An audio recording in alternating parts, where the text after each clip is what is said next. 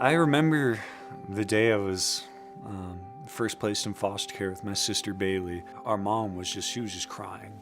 I remember all I was told by her was, go grab your pillow and go grab your stuffed animal.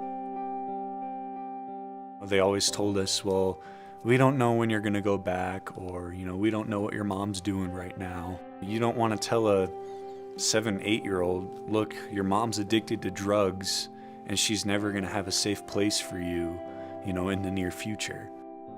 The first time I met Collin, I came to his foster home, spoke with the foster parents briefly, and then he and his little bit older sister came in the door, and she was chatty and kind of bubbly, and Collin walked right straight through the room as if none of us existed, went into some other room in the house, and had to be coaxed to come back out to meet me. You've already been uprooted from where you might have been growing up at the time, placed in another home, and if that home didn't work, then you'd be moved to another home.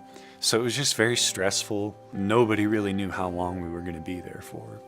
He was put in a couple of foster care situations before I came to know him. He was in foster care when his mother died of a drug overdose. I started getting really depressed and just down, thinking, my life's not going to be normal after this. My mom's gone, forever. When is my life going to turn up from here? He had a couple opportunities during his time in the system to be adopted, and people changed their mind at the last minute. that just, I don't know. How can it happen? How can they do that to a boy, I bottled it up a lot. I don't want to show everyone else the pain that I'm going through, because it hurts. Otherwise I would be crying, 24/7 at that age. I was just so sad. So it's been a tough road of rejection for him many times. I believe that I needed someone in my life that had a kind soul, but who was also, stern, and said, hey, you probably shouldn't have done that. Why'd you do that? I think one of the most impactful things I was able to do through the court system for Collin really had more to do with being CASA. Most of my recommendations had to do with getting resources for him. I believe that she saw potential in me that maybe other people didn't see. So she stuck by my side and advocated for me when I needed to, and helped me advocate for myself and helped me through a lot of stuff that was just sort of hard to deal with for me. I had been talking with Collin for a couple years, trying to entice him into the thought that maybe Lifelong Links, which is another program of CASA, could also maybe help find some relatives he wasn't aware of, maybe from his paternal side. I said, you'll never have to go somewhere you don't want to go. You'll never have to be involved with people you don't want to be involved with. But let us see what we can find. And almost immediately we got a huge response from Lifelong Links that not only had they found relatives, but within no time at all, the relatives had sent packets of pictures. About 2 years ago, right before Christmas time, I received a letter in the mail from Jillian from CASA, and explained to me that there was this boy by the name of Collin Miller. I just couldn't believe it. So I said, I'd like to be a part of this. I want to get to know him and see how this goes. Sat down and I wrote him a letter. When I first heard that I had so many relatives from my dad's side of the family, I was just flabbergasted.